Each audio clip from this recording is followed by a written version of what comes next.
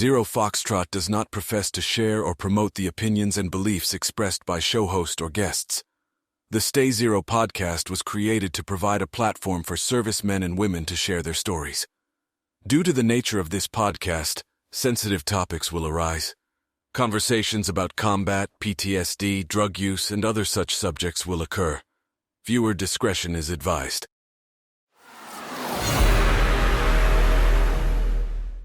Your back all right? Yeah, it's a little stiff from that stunt I did, so I'm like... You did a stunt? Yeah, filming. Yeah. Oh. Slid down a Awesome. It's about 600 feet worth of 600 feet down the side. It was like an angle like that.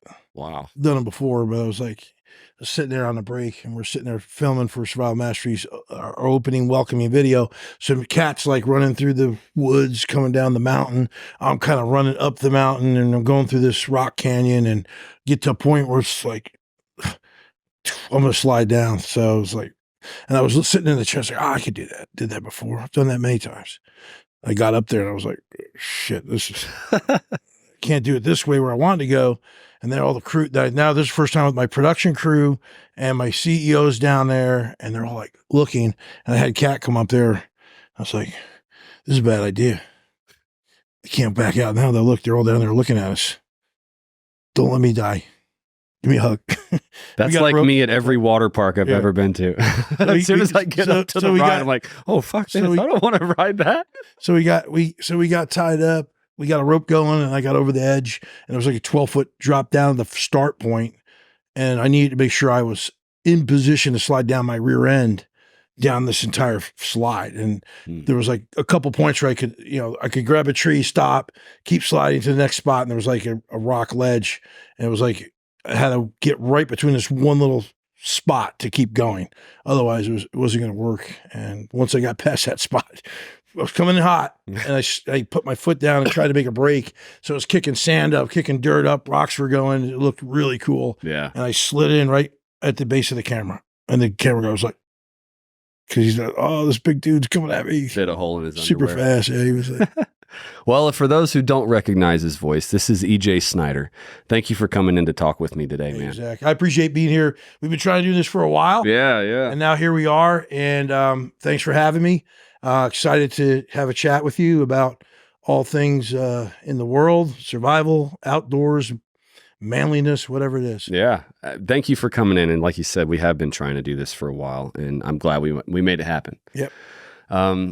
I know you've done your resume is pages. And so I don't want to dive too deep into that. Everyone kind of, if they're interested, can find that and know about that. I know you just Google EJ Snyder. Yeah. Go to EJSnyder.com. You get everything you need. You were an Army Ranger, right? And that's kind of where this all, I don't know, where does the adventure start? Were you doing things before that? It started probably around, I was about 5 years old or so when I realized being outside is probably where I needed to be. Yeah. And back growing up in the 70s, the door was always open, and it was like, get out of here. Latchkey kids, is that what they're called? Yeah. And when the light comes on the street, you get back up here. I grew up in Jersey. So a lot of people look at me and like, I grew up right outside New York City. Like, all my high school friends are like, how the hell you do what you do? How you doing this? What, you was that kid. Yeah, I was a hooligan. Yeah. And the woods really calmed me, because didn't go to the woods and build forts and get out there and mess with little snakes and stuff, I just got in trouble. Yeah. And so my parents divorced when I was very young. So my rite of passage was when I was 8 years old. And your dad, takes you on your first hunting trip. And then once you're done with that hunting trip, he hands you your very first folding buck knife. And when you got that buck knife, I still got it to this day, and the end of it's broke off. But that was like, yeah. I'm with my dad, my uncles, my cousins. I made it. And I went into Cub Scouts. I did some scouting afterwards. But being a hooligan, by the time I got the Boy Scouts, it was like, yeah, I'd rather. It's funny how, like, giving a boy a weapon, like, they immediately respect it, but they pump their chest out a little bit. They feel, it's like maybe, I don't know, power. It is. They feel a sense of power. They feel a sense of responsibility. It is very Spartan warrior like. For our ancient cultures, for thousands and thousands of years, the men, you train the boys. Spartans trained them when they were 6, 7 years old, and we're losing that in our society. I think so. We are losing the warrior culture, whether it's purposefully done by nefarious forces, the government. They don't want alphas. They want betas that won't fight back. And we've been losing it because we're not passing things down like our ancestors did. Let's pretend for us, this is our fire camp right now. This table is our campfire. And you come together at the campfire and you share stories, you share skills, you share history. And when you lose that passing down by words, I feel you lose a lot of, because we're a communal species. Humans, you got to be in touch with each other. Yeah. And so you've experienced it. I've experienced being out there on Naked Afraid and you're by yourself. And the laws of three say most humans ain't going to make it more than 3 months without human interaction or contact. They're going to go crazy unless they figure out a way to deal with it. And so I think that's what we've lost. Yeah. And like you said, when a boy gets his first weapon, whether it's his rifle or he's got a knife, he feels like he's been accepted. And the next step is manhood. And then 13 years old, you should be ready to go fight, in my opinion, and throw down. And you think 13-year-old American boys could fight right now? No, not right now. What do you think about, because I think there's a bit of a conundrum, and I understand both sides, where like people don't want their children to grow up too fast. Like I don't want my 5-year-old worried about taxes. And he shouldn't be. Right. And there's a line there of appropriateness. But then you do need to push them to grow up. And do you have a son? I have a son. He's 29. How did you negotiate that? It was He's tough. still a baby. You're killing the little boy in him, and you're trying to harness the little man, but that little boy comes out still. When he got it, my son grew up when I deployed the next time I went to Iraq in 2004. And I said, hey, buddy, daddy's got to go. You got to take care of mom. You got to take care of sister. It's on you now. You got to take care of him. And I'm not going to be back for a while. And I think at that time, 2004, so he was young. Oh, shoot, 2004. So that's 20 years ago. So he was like 9 years old. And when I came back, I was gone 15 months. Had a little comeback for Christmas for a couple of weeks, but then I was back. It was hard to wrestle that away from him because he took it. He is a regimented kid. Yeah. He's a Capricorn, so he's very grounded and regimented that you say something, that's what it is. He won't budge. He's stubborn. He took you serious. He took it to heart. Wow. And then when I came back, he felt like he was out of a job. And so we had to work through that. And then that's a hard part, I think, for every time I've come back. Then there's the testosterone here. and they want to try, they want to beat their chest like a silverback. And I say with raising kids, I'm not saying I'm the perfect dad or got it right, but it's always understand them, love them, allow them to just spread their wings. If they fall, you help them pick them up and tell them why they fell and try to help them grow through that. And you have to give them their space and let them be their own person. Whether I wanted my son to be an athlete, just like dad did, I got out there and got after it. And he had all the right things, but that just wasn't his thing. And the more I tried to force that on him, the more he really disliked me for it. I've noticed that as well. Like if I want him to do something, I got to present it in a way that it's his idea. Yeah. Because precisely. sometimes just the fact that I'm presenting it, it's rejected.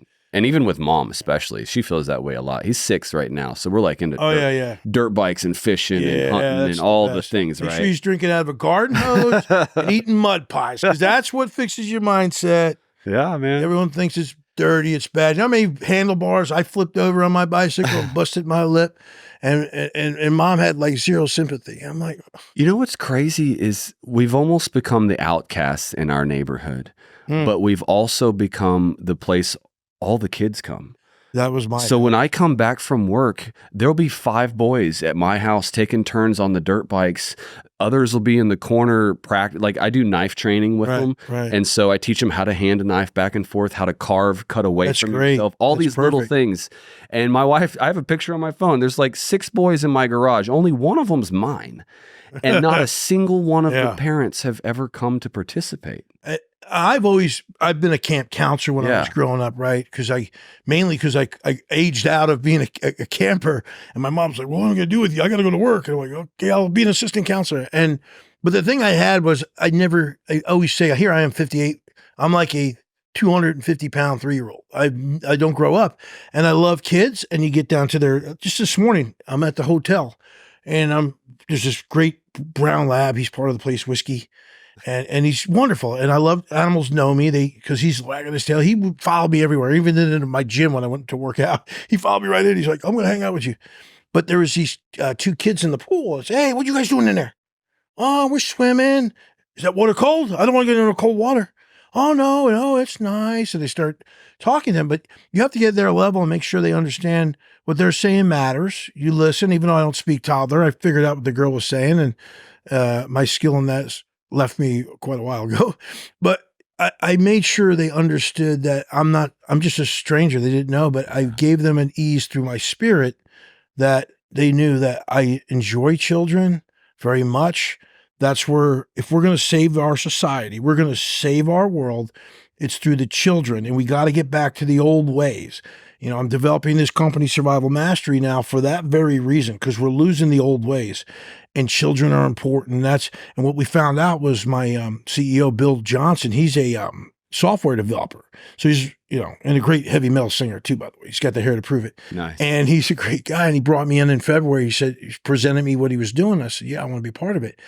And what he found was he did all the research and internet search, whatever he does there with this voodoo magic to find out, data.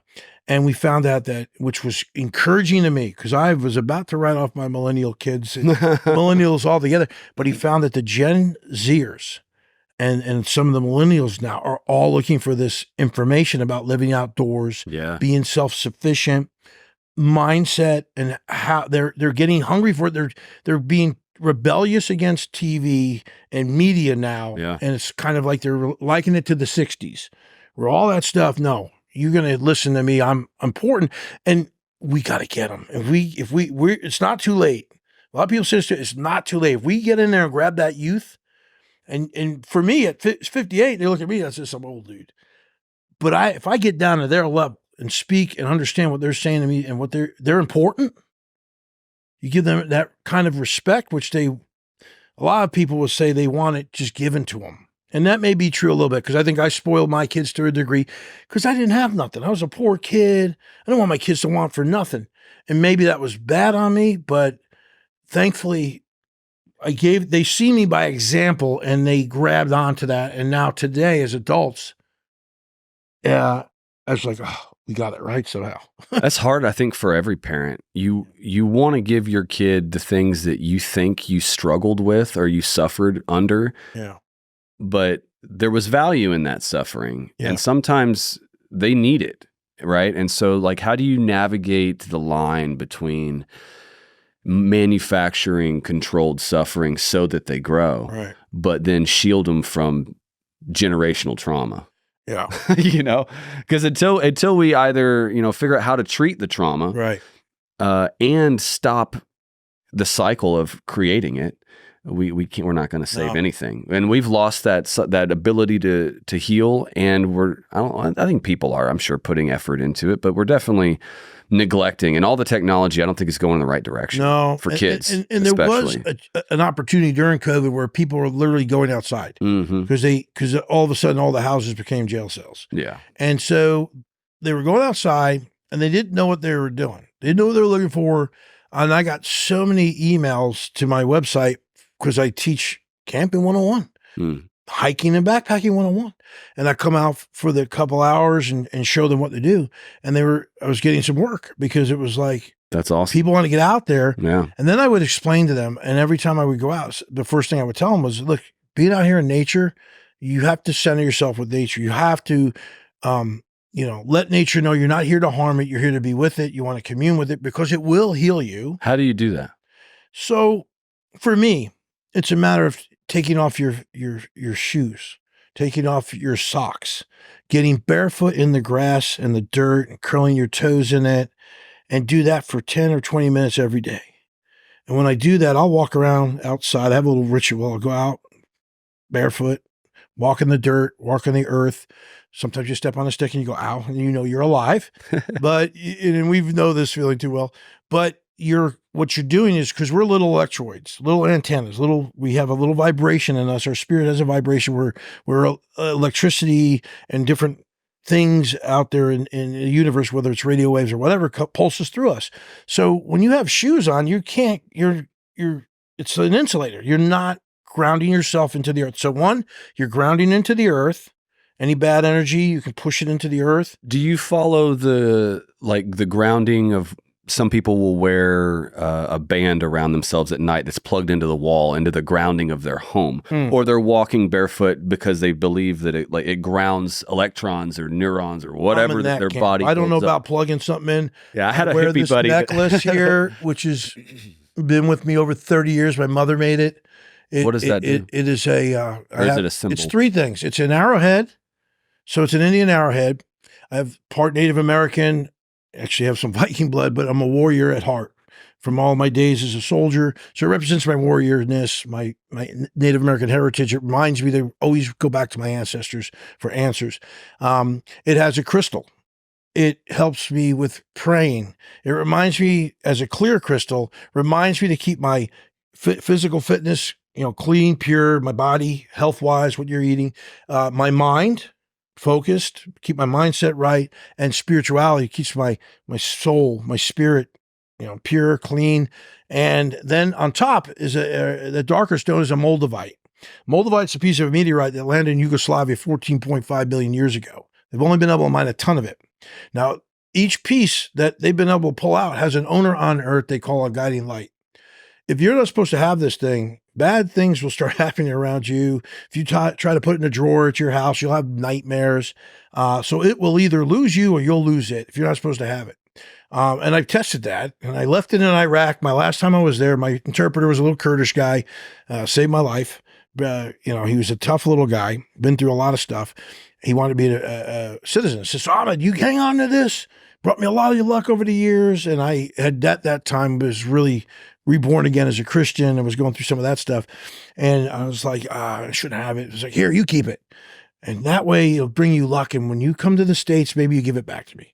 So a year went by, was with another Sergeant Major, met one of my best friends from the Army, Sergeant Major Lou Angelucci, went to the same spot I went in Kirkuk, and he did his year. And then before he left, Ahmed said, Sergeant Major Angelucci, do not leave. I had a dream last night. Allah said, Sergeant Major Snyder's supposed to have this. I cannot keep it any longer. You must take it with you. Give it to him. And he took it. And I was in my office hanging out in Hawaii. It's a regular day. And Lou walked in. Hey, Lou, what's up, buddy? And he dropped it on my desk. He said, Ahmed says you're supposed to have this. Put it on. Wow. Don't take it off much other than cleansing. There's things to cleanse. So we got off track a little bit. But with that helps me be grounded. It keeps negative energy off of me. It helps me with the gifts that God's given me in terms of spirit, vision, when I pray, meditate, understanding visions and certain things that God has given to me, whether it's laying hands on to heal somebody or whatever. And no, E.J. Snyder's not some charlatan off in the world. These are things I intimately believe, and I've evolved over almost 6 decades. I mean, I went on a worldly study of world religions to understand. I didn't want to just pick one. I want to understand them all and what made them tick, because I'm very curious in that way. It's the same thing with this grounding and the universe. So every morning you go out there, you ground yourself. Put your phone away for a weekend, for 3 days, and go out to the woods. The nature heals. We've seen it with our veterans. They walk off the war, they get on the ATE, they walk it off, and they heal themselves. I bring veterans out all the time around the campfire. Why? Because the campfire is where we commune. We talk. We heal, because I feel that there's a lot of veterans are suffering, and then we're losing average 22 a day to suicide. And I just think that's, to me, with the mindset, that's a cop-out. And why are we not reaching them? And it's about a mindset thing. It's about fixing what's up in there. And I've learned that when we went in the military, many cases, we're from broken families. I was poor, my family was broken, or other bad situations. Then we go in the military, and whether we stay in for 4 years or the whole career, or we have to get out because we get hurt or whatever, that's our first family. A real family where you're my brother, she's my sister, and we're together, and we go through tough things, even if it's just training. And then all of a sudden, whether you might have a family, you get out, even though you have your family around you, it's like a death because you left the military and it's the only real family that you knew. Even though you're with your family, you miss them. Sure. And they come back, they don't have that, and then they're like, "What do I do?" Even guys retired. I have buddies that were sergeant majors and committed suicide, and I'm like, and they were making really good money, and I'm like, wow, what is going on? And for me, I'm looking to stand up a nonprofit called Boxes Back to Boots. I'm very particularly interested in homelessness. One, I got into it just as a thing because I see these homeless people out surviving. How are they surviving? I want to know what are you doing to survive out on the street and going into being with these camps, and you have to actually get asked into the camp. Literally, they have a mayor, they have a sergeant at arms, they'll have a council. At a homeless camp? At a homeless camp. And a lot of them are all ex-military. Wow. So they say, hey, look, guys, I want to hang out with you for the night. I'm curious about how you live and how you organize. Well, okay, you go away and we'll call you back and we're gonna have a council session. We'll have an emergency meeting. So they've almost created a secondary society with their own rules and their own. Yep. They don't have money to pay fines and bills, so the government kind of doesn't give a shit about them. No, they're not going to make money off them. Yeah, they all have duties. Like one day it's your turn, you're on camp duty. You stay here, guard the camp. And those guys are the leader. You're going to dumpster diving. You're going to panhandling. You go here, and they bring it all back and they pool everything, and they work that way. If they could get through the withdrawal phase, this would be a really interesting Naked and Afraid group. It's right. I mean, and so they found that way, and so I found it very interesting. What's their mindset to keep going?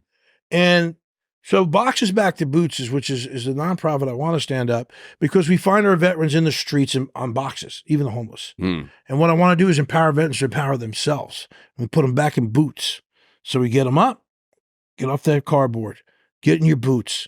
Let's lace them up. You're going back on mission. I've got a couple friends that run some other things, and I found a lot of this information out from my good friend Greg Baker. He's living in Nicaragua. He's a big surfer. Born-again Christian guy. We're both Rangers. He was one of my first sergeants in my battalion, and we've stayed very close, and he's out in Popollo, Nicaragua. So he's got his foundation is Fortunate Sons. So I'm going to get him out of the street. We're going to help them heal, put them through rehab if they need it. I've got a couple other friends doing forging, with hammers to make knives. That seems to help veterans. It's the vibrations of the hammers hitting the steel. And you got to figure out what works for each person. Maybe it's nature. We get out there, we go hiking, and you just touch nature, hug a tree. Do you think it's maybe helping people through the journey of finding their replacement for the military, finding themselves, for the brotherhood, their replacement? That's why Fortunate Sons, we put them on deployment. We give them orders. Nice. Here's your orders. Get on the plane. This is what you're bringing. Fly them to Nicaragua, and then they meet and they commune around the fire. And then, hey, tomorrow we're going to the village. We got to help dig a well. All right, yeah. They come back, they break bread. They're all energized. All right, what are we doing tomorrow? Tomorrow we're just going to go fishing. We're going to do some water heals. There's a thing there. Someone said, I saw on a T-shirt said, salt water heals all. And so we get them. If they don't surf, we get them in there fishing, or get them in a kayak. And commune with dolphins. Animals are our friends, and they help. Like my service dog, he came to my life, last year in March, and I told him, I'm on the road 200 days out of the year, bro. I ain't got no time for no dog. And he said, no, you're my service human. You're mine. No. So you got this mixed up. I'm not your service dog. You're my service human. And so Rocco has been that's awesome, amazing for me because I didn't realize how much I needed him. And so I've found that with the animals and nature itself. And so these guys keep going out and doing digging a well, fixing a roof, and they do 2 weeks and they feel so much better. And then they go home and they're with their families and there's a significant change. And they're like, I can't wait to go back on my deployment again. Yeah. And a lot of times they'll pay their own way to be there again. I think men, we need a purpose. We need something to do that's worth a shit, that gives us that feeling of achievement and contribution to the people that we love. Sean Ryan had Jordan Peterson on recently, and they were talking about, I can't remember the exact details of it, but it stuck with me in like the lens as a veteran, where when someone builds up this, this fake illusion of what they think their reality is, and if it's wrong, and they're faced with correcting that reality, there's a death that's involved with that. And it's very difficult. And so I think a lot of people in the military join, I know I did, under the illusion of this is live or die brotherhood. Like we are especially for each Marines, other. Right? You're a Marine. Yeah. So Marines are very good about that. They're very good about getting into a switch on the mindset, which makes Marines do what Marines do. They program us hard. They do a great job. But once that's shattered a little bit, when I climbed the rank, the genuineness of that brotherhood seemed to dissolve a little bit. Like once I got into the staff NCOs, the career side, there seemed to be a lot more, hey, I'm just here for my career and to the next position. And that was real disheartening. Wrong. When you do anything in life, even the military, without passion, everyone looked at me and they're like, they tell me, dang, Snyder, these guys just love pain and agony. I don't get it. These guys will follow you to the gates of hell. I said, well, that's because I treat them like they're my own kids, my own family. I love them with all my heart. I love them so much that when it comes time for punishment, well, they know it's going to be bad. And then they would like, First Sergeant, I'd rather have a field grade Article 15 than get your summarized Article 15. They'd rather do 45 days with the battalion than 14 days with me, because the pain I would put on was lessons, learning lessons. And you have to get creative, because you can't reach everybody the same way. You got to, it's just like a survival situation. It is. It's a lot of work. But if you lead with your heart and your emotions on your sleeve, if they see it's real, that you care about them, and you have to a lot of times love a soldier's or a Marine's family more than he does, because they're going to make mistakes. So I don't want to ruin this kid and his family after he did a DUI or he did something stupid, and now they're going to lose money. No, let's just take their time away. Let me do sweat equity. Yeah. And I will fix them. Did you see a lot of other leadership do that? No. Yeah. They thought I was the crazy one. Yeah, well, I'm a Sagittarian male. I shouldn't have been in the military anyway, because I'm all about adventure and freedom, and I don't like rules, but I feel rules are there and they keep order, and I like order to a degree. But then you got to figure another way. In survival, if we were so rigid, which was a problem for me in the beginning, a lot of my survival challenges, so militant, so rigid, that I was not allowing myself to stay flexible to the situation and adapt, overcome. And thankfully, I've learned from it. Now I pass it on, because situations they always are fluent, and plugging into the universe again and nature and having your spirit connected is so good. That's like what he was talking about. And he was saying that, when your reality gets crushed and you're faced with an alternate reality, it's like you have a map for an area that you're not in. Right. And you have to then rebuild that new reality and recreate that new map. And I feel like that's what we're having to do when we exit the military, is that reality that we lived in that had a code of ethos. Yep. It had its own judicial system. Yep. You cheat on your wife in the Marine Corps, your ass is going to jail. Yeah. You can't, like, the real world, if you want to call that, or the rest of it, doesn't live by any of those rules. And so when we step out, our reality no longer exists. And there's a phase that we have to rewrite it. We have to remap everything out. And a lot of people get bitter and get resentful and check out. Yeah. Like, this world isn't for me. And we got to get at them early. And I will say this about the military. Nowadays, though, the problem is, and not to be political, but when you are drinking red Kool-Aid and red Kool-Aid is in charge, things are always different in the military. And that's just a fact. I've seen it between pay and taking care of things, going to war with the right amount of ammo. Here's more. No, you don't need so many rules. By red Kool-Aid, you mean Republicans. Republicans, yeah. And so red Kool-Aid drinkers understand. And so red Kool-Aid drinkers know that we go to war, we have plenty of ammo, plenty of people, we're all in, do your thing. Blue Kool-Aid drinkers are going to take away, they're going to put rules on you. Don't shoot them unless you tell them first, stop. Tell them I'm going to really get mad, don't do that. Wait, don't, no. They shoot at you first, but you can just duck, and then you shoot, and then you're going to have less money. I mean, I literally, and I've seen it through Clinton. And I'm not trying to get political, but what I'm getting at is, I remember taking my own money as a first sergeant and filling up gas tanks so my guys could get to work. They're delivering pizzas. Their wives are having a job. The kids waiting tables. And I'm like, I'm a first sergeant. I have my first kid, and I can get WIC and food stamps or help for my kid. I'm like, this doesn't make sense to me. So So the military should always be a reflection of society, not the model for society. And we have a problem with those blue Kool-Aid drinkers and trying to make us that way. And when doing that, it causes a lot of confusion in something that's supposed to be very structured and militant. And when I say you go, you don't question, you just go. And you're having a lot of, well, I want to be in the beards in the military now. I don't understand it. In self-defense, you're going to run around with a ponytail. I'm going to grab that ponytail. I've got a handhold. Thank you. Some of those things make no sense to me. Used to not have a beard in the military, so your mask could close. The Iran-Iraq war and 100,000 deaths just because masks wouldn't seal is proof that you shouldn't have a beard. But all that aside, the military did get a little better over the years as I was getting closer to the ending to having good transitioning because they actually started showing some care and concern.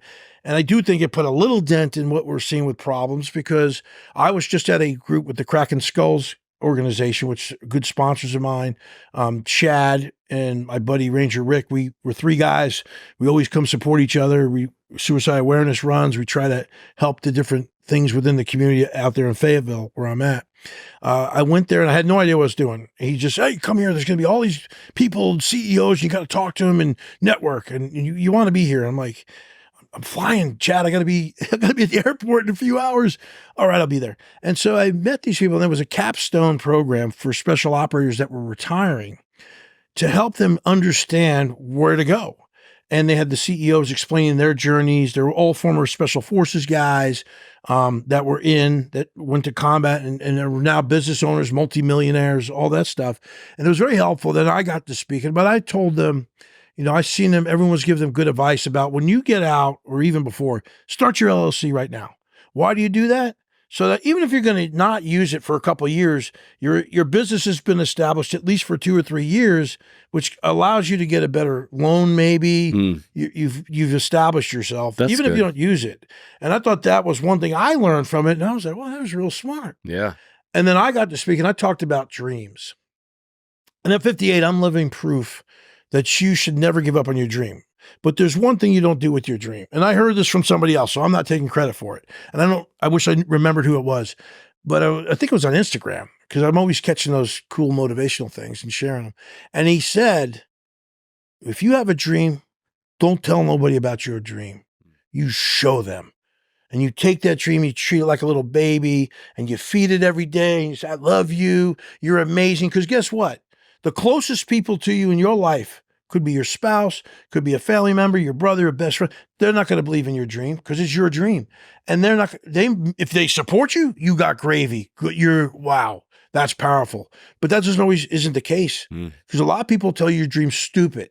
You'll never make it. Hey, I'm 19. I'm banging nails. I'm 18. I'm banging nails with my dad. I'm loving being a carpenter. I love working with my hands. What are you going to do when you grow up? Well, you mean grow up? I'm banging nails, man. I'm going to be a carpenter with dad. Oh, I don't want you to do it because they're having, And she's like, what are you going to do? I said, well, I'm thinking about going, be an actor and a stuntman. I like that stuff. I love doing drama. And I love being an athlete, so I can go do stunt work. And maybe I'll go to LA. Oh, you can't do that. Why? You'll never make it. You'll starve. I won't allow it. But you're my mom. That's my dream. And so they went off to the lake house that weekend. It was a Friday night, and I'm sitting there, and I looked old enough, even in Jersey then, I think it was 21 was the drinking age, and I had a little bar around the corner. We were living in this basement apartment. So I used to go sit there at the bar all the time. They never questioned me. I used to wear an old green Rambo Army Vietnam field coat. So I went in there, got a 12-pack of beer, and he said, you're not sticking around tonight? No.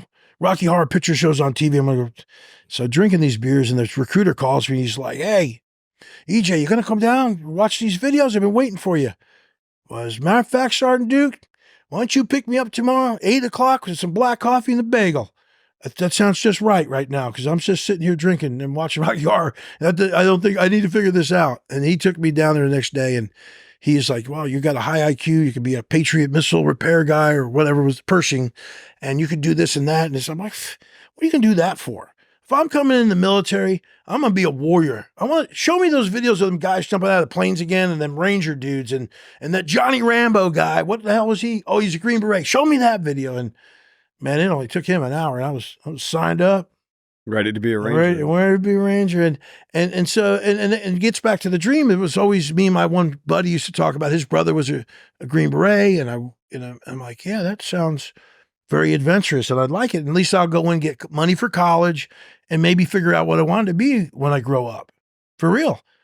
Well, 25 years later, I finally still don't know what I wanted to be when I grew up. But it fit me. And it was a noble service, but that was another dream of mine. And then right before I retire, they were like, you can't keep MMA fighting anymore, Sergeant Major. You're too old. I'm like, tell that to the guys I'm knocking clean cold, man. I said, no, I'm doing good. I'm surfing. I'm doing this. I like to be physical. Well, you can coach those guys. I said, well, I got to be in the ring. Well, you got to figure out another hobby, something to, So I went over to the Kimu Lounge, which is across the street from Schofield Barracks. It's where they filmed, I think it was East of Eden. They had the big bar fight in there. I got a picture on there. So I'm going over to the bar to get me a black and tan, just trying to figure out the day. And they had a little flyer on there. It said, soldiers need it for film, for acting. I was like, tear it down, went to the bathroom, tore down all the other signs. One guy showed up. I just put it in my pocket. Good strategy. So I showed up, and they were like sitting there. I'm like, hey, is this the place where you're looking for some actors to play soldiers? Yeah, we've been waiting all day, and then nobody showed up. I was like, all right, well, I don't know what's that. How many are you looking for? And I was like, maybe I can help you out. And I put the word out. But they said, oh yeah, you look great. Yeah, you'll be perfect. And so that's when I went down. Was that for Lost? It was well, Lost is after this because it was Boeing. Boeing would do a 15-minute film for their future combat systems, and they showed it at all wherever they spoke, all the trade shows. Yeah. And I got down there, and I was walking down. I was in civvies. I hung my uniform up in my Jeep, and I parked. I said, I'll go in there. I don't want to be in my uniform. I want to look like I'm civilian. And I walk in there, and I see all these soldiers lined up with this trailer. And they're all out of uniform, hats like this, collars up, ranks backwards. And I was like, I looked and there's this colonel. I said, hey, sir. Do you have an immediate stroke? Sir, what are you doing? Sir, your rank's upside down. Oh my God. And he's like looking at me like, okay, I got you right, sir. Damn, you got all these soldiers here. You can't be doing that. And I'm going up down the line. I'm correcting all these guys and I'm yelling. I'm like, hey, toe the damn line. Toe the line. Let me look at you. What is wrong with you guys? I'm chewing them out. And the director comes out and he was in the reserves as a captain. And I didn't realize this. And he's like, until later, he's like, hey, who are you? What are you doing? Oh, hey, sir, how you doing? I'm E.J. Snyder. I'm here to play some soldier for some film you're doing. But these soldiers, man, they're out of whack. He's like, they're actors, right? I'm like, well, they're terrible. they didn't know what they doing. Act like you know what you're doing. He's like, do we have a military consultant on this one? He's like, yeah, we'll hire this guy. Hey, can you play a sergeant major? I was like, hold on. I ran back, put my uniform on, came back. He's like, will this work? Yeah. He's like, oh. I was like, yeah, I'm a sergeant major in the Army for real. He's like, oh, okay, we'll just change your name tag. And I was in a tent at Crafty. Acting's the best part is the Crafty because they got great food. Oh, really? And we're having lunch, and there's this guy, he's a little older than me, and he was the original Ivory Snow Baby, and his mom was an actress, and he just tried to stay away from the life. He was exposed to it all as his friends were in it, but he was coming back to it, and he was working actor in Hawaii, which is tough to do. And we were talking, he's like, man, you would be great on Lost. You should get over there and try out. And I was sure, okay. I got tried out and I wound up as one of the marshals. So anytime there was a marshal, I was background extra because of my size. I had the clean cut and I had the little high and tight. And so I looked the part, muscular, and they were like, yeah, you stand next to the main guy all the time. And then one of my buddies had got out of the Army. He was a captain, fellow ranger. He was the stunt coordinator for Lost. He's like, Sergeant Major, what are you doing here? I'm like, I'm going to be retiring in a couple of years. And they said I need a new hobby. So I'm going to be on this Lost thing. I didn't even know about this thing. I didn't even know the show. I hadn't watched any of it. And so I'm doing the Lost. She's like, oh shit. Well, you want to do some stunt work next Saturday? We're going to be jumping out of planes into the water. And I was like, yeah, you get paid for that? He's like, yeah, you get paid for a day rate. And we always work 12 hours overtime most of the time. I'm like, okay. And so, was it that easy to jump into? You just kind of answered a flyer and showed up? And it was a dream of mine. And someone said go. And I was taking some acting classes as well after that. And just, it really fit me. And what I found from the acting was stuff I didn't realize was going on with me from the war, because I was dealing with like displacement disorder and feeling like I didn't belong. I was a sergeant major, and I would remember coming back from that war, I'd be walking around late at the night out in the backyard, and what are you doing here? I don't know. And the acting was helping me get a lot of that out, because I'd go to these classes and we'd do scenes and emotional, or, all these things. I was like, and I didn't realize it, but I'm very thankful. I can't even remember who it was told me go find a hobby, but I did. I just led by spirit, and just that's how I lead my life these days, is by whatever spirit comes into me. If it's God talking to me, I just kind of go with it. Did you have any trouble processing your experiences overseas? What was that like for you? I always pride myself to be that rock, that Iron Man, that having that, iron mindset, and I'm going to fix it on my own. I don't like doctors myself personally. I'm not saying they're not good. Sure. But I have an issue with therapists a lot of times, because I think they're just trying to put money in their pockets and not really help. And then they're always dragging it on to the next week. Well, for the next week, you're going to study this. And I'm like, why do I need you? And I can pray. I got God. I can do my own research. I can get outside with things that make sense to me. And I know there's got to be a way. And sometimes it's just getting with another brother and say, hey, can you listen to me for a minute? I find that helps me way more. And I mean, just like what we're doing right now. Exactly. This fills my cup. We don't know how many people well. we're helping right now with what we're talking about, who's going to listen. And I tell that to people every day. When you meet somebody or someone's in front of you, whether, however that happened, the words you choose and you speak and the actions you take may change that person's life, and in some cases save their life. Yeah. And I remember this story someone shared with me, and there was this soldier, and he was at the ATM, and he's banging on the machine, and he's definitely frazzled, and this old Vietnam veteran, he's got the hat, they're wearing the hat, and he's standing there, and he's waiting for his turn to go to the ATM. He's watching this kid, and the kid's banging the machine, and he's just definitely distressed, and he was in uniform, and he got his money out, finally got his money, and then he put another card in there, got some more money out. And then he was walking by, and the old gentleman, the veteran, he looked at him and he said, hey, son, put his hand on his shoulder. He's like, God bless you. Hope you have a good day. I see your little you're a little flustered there, but it'll be okay. I promise. You have a good day. And he walked up to took his turn. And the kid walked in the car, the door slammed. The kid was sitting there, and he's looking at the money, and he was crying, and he started looking up at that veteran, and unbeknownst to the veteran. And the veteran turned around. That kid got out of his car. The door opened up. The kid got out, and he went up there to talk to the veteran. And the veteran turned around. He's like, "Oh, hey, how you doing, son? Are you all right? You got some tears going? You okay?" And he's like, "Sir, you put your hand on me, and you told me that I mattered. You said what you said to me touched me, and I want to give you all this money I got right here, and please donate it to whatever charity you want. And thank you. I was getting ready to take this money and go buy a gun and finish my life. And thank you, because you saved me." And the veteran was like, took him back, and they hugged each other for a moment. And do you have a hypothesis of what's driving guys to that? I don't understand the thought. For me, the mindset of I'd rather be dead than uncomfortable. And to me, life is a gift. And for anyone, soldier, civilian, this is just EJ Snyder. If people don't, and by any means, please don't think I'm saying bad things about someone that committed suicide, because that's a tragedy. But I think it's a mindset that it's a cop-out, that you're going to take yourself off this earth.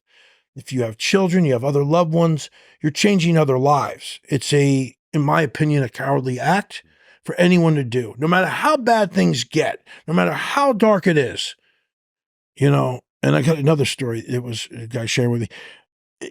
There's light somewhere. You just have to find it to get there. We sometimes have to light the way for you to get to that light, but to take your life.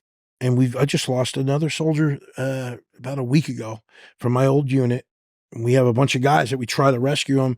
We've put money in, we pool money up to get a plane ticket to get a guy to him, hopefully in time. We didn't this time. And I just think that it's just something in that mindset that's just like. You think people struggle to find that light? I think I do. They lose hope or belief that there is one. And I think they get so dark and they get so down in that, and the signs are there for people. And have you ever struggled with depression? Some at times. And when I get to those places where I feel it coming on, and you can get depressed. Again, I'm a person of not prideful, I think, but I have a mindset, and I'm going to fix it. You know, I got to fix it because it's, for me, I got to fix it for everybody else. I don't want to show weakness, you know, and it's tough to admit you got a problem, and you have to be able to do that. You have to be man enough. It's tough to ask for help. I've had to learn that along the way. It's never easy. Ego can help you and hurt you. But I think things like we're doing here, and even Naked Afraid, I thought, I'm going out to do something cool with a knife naked. This is going to be awesome. Better, yeah, famous last words, right? Hold my beer. And I went out there and I did what I did, and I just went on spirit and just was me. And the thing I didn't see coming, even to this day, was the tens of thousands of messages I got, either by email or messenger or wherever, of how it changed somebody's life, something they saw. And it was not my purpose to go out there. If that was God using me, it's all his glory. I'm just the vessel. I'm the messenger. I don't take any credit for it. I just did what I was compelled to by spirit. And every challenge I go, they say, why do you keep going out there? And a boss said, you know, you're taking years off your life. You don't know nothing. I'm adding years to my life. Look, I'm reverse aging. I'm going back out there, not for myself any longer. It got to a point where I loved the challenges for me, but it's for who am I going to inspire? Whose life am I going to save? Because there were people that called, messaged me and said, you saved my life. I said, no, I was just a messenger. But there is purpose in that, though. There is. And it does feel really good. I don't think anyone has completed a Naked and Afraid challenge and not had a message like that. Oh, yeah. Like, I mean, it's profound, and you don't realize going in. And there's been some discussion amongst at least the people that I know that were cast, and we're kind of laughing about this experience or that experience. It almost plants a seed where if you've done a Naked and Afraid challenge, you will forever, the rest of your life, want to do another. Yeah. It's almost what do you think it is about that? Like, it's the most uncomfortable, it's the most brutal experience you're likely to ever I liken it to like SEER school, because SEER school is the greatest school you love to hate. And you were an instructor. And want to go back. Yeah, I did. Yeah. It was about 4 or 5 years as a contract instructor. I instructed when I was in the 6th RTB down in Florida in the swamps. Yeah. I was the primary survival instructor there. And that's what got me into SEER school, because I didn't know what was coming. I'm an E7. I'm pretty comfortable in my life. Thank you. I'm lifting weights. I'm loving life. I'm in Florida. Yeah, we're going to go there. Did you have learn much how to rub sticks? Survival experience before that? I mean, growing up in Philly, probably weren't. No, I was in Jersey. Jersey, I'm sorry. Yeah, I'm a Giants fan. But was that the foundation of your survival experience with SEER? No, it just, I liken mindset stuff to my growing up. Okay.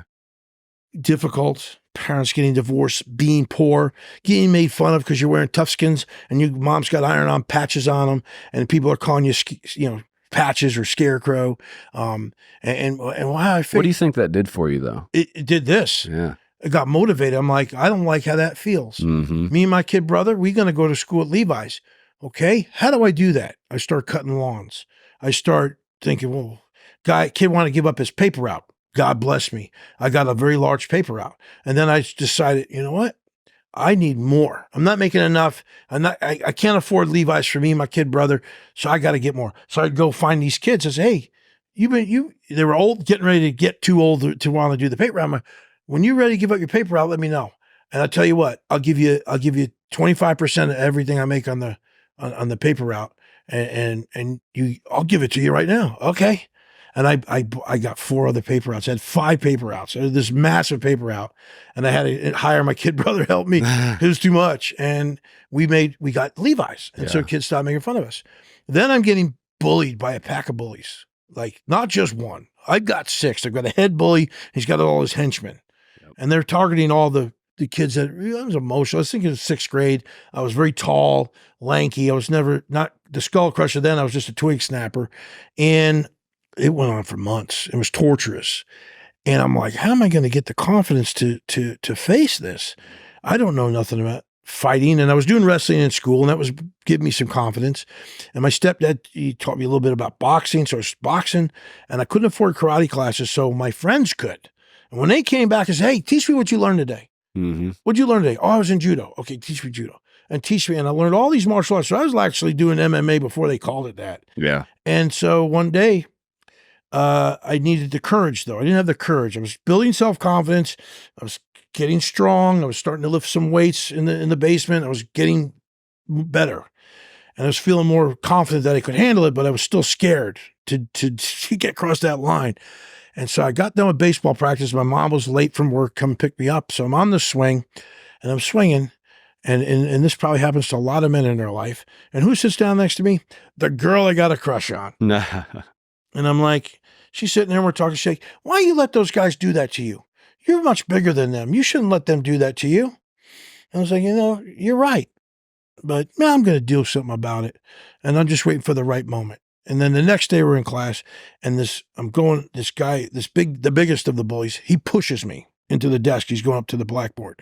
And I turn around like, oh, this is it. I'm going to make an example. The biggest one, I'm going to make an example. So I go up there, shove him in the blackboard, and we're getting ready, and we throw some punches. And then all of a sudden, I get pushed from the back again. So now they're circling me. And I'm like, oh. About to get jumped. It's the leader. Yep. And it's the head of the snake. And then we start going at it. And then the teacher finally comes and breaks it up. And then he comes up to me and he's handing out papers for the teacher. And he says, you meet me in the bathroom at lunch. We're going to finish this. I'm like, no, you meet me out on the playground. We're going to finish it in front of the whole sixth grade is what we're going to do. He said, no, you go to the bathroom. And I'm like, I knew if I went to the bathroom, you're going to get jumped. I'm getting jumped. Yeah. So I waited out that baseball diamond for him, and he never showed up. And then we're getting towards the end of lunch. And so his whole brood starts walking the cafeteria, and I'm coming into the cafeteria at the same time. And then I see him, and I just run under the table and launch myself on him like I'm WWE, and just down we go. And then there's fists flying. And I think a lot of people are scared of him because his older brother was in the 8th grade, and they got this whole syndicate. But long story short, those challenges you go through life, whether it's a fight, a bully, a tough situation, you lose a job, what do you do about it? What do you do if you fail a paper in school? You got to fix it. All those little things create your mindset. And I just don't like to lose. I'm a very sore loser. But more than that, I'm not a quitter. I had that thorn in my foot in Africa, and I was literally heating up a knife to cauterize the damn thing and take care of the infection. And they're like, the camera guy's like, EJ, what are you doing? Oh, I'm going to take this knife and fix that infection, Rob. Stay tuned, because it's coming as soon as it gets cherry. So he called Steve Rankin, and he's like, hey, mate, you better talk to EJ. Well, what's going on? He's smoking his cigarette, got his tea. Well, he's going to take that knife and stick it in his foot. What? So he comes up to me all calm, and he's a British dude. He's like, so EJ, what are you going to do with that knife, mate? Well, it's pretty clear, Steve. I'm going to take the knife once it's cherry red, and I'm going to stick it in my foot because this thing is killing me, and I got to heal it, and we're in a survival situation. And this is the pilot. So he's like, could you hold on to that for a minute? And then God came in. And this is truth. Off of Mount Kilimanjaro, there's this one black cloud, and it comes off the mountain, and I'm like, Kelly, look at that thing. It's like over our camp. The whole rest of the savannah, Serengeti Plains, there's not a cloud in the sky. All blue sky, sun over there. And this one black cloud comes over this camp and strikes lightning. And you see it in the scene. I'm like, come on, God, give us a break. And it's, I guess that's his answer. And he doused that fire out. He doused us. He cleaned up mine and Kelly's act. And that's when they took me to go get my foot cauterized. But I'd have rather had that foot cut off than to leave that challenge. I speared my right testicle in the swamps, fell off the tree, 12 feet. And I'm just like, I knew I hit something. I didn't know what was up. And I come up and cover myself up because I'm completely naked. I'm like, oh, well, it's not bleeding too bad. I'm thinking to myself, but the cameras are still rolling. So now I'm mad. Cursing and talking to the swamp like this evil villain, third character in the story. And I went around the corner and started praying. I'm like, good Lord God, you gonna take me out of this challenge?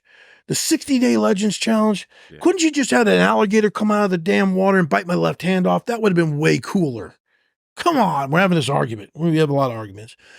please let me stay in this and let me be a light for somebody. Please let me just stay.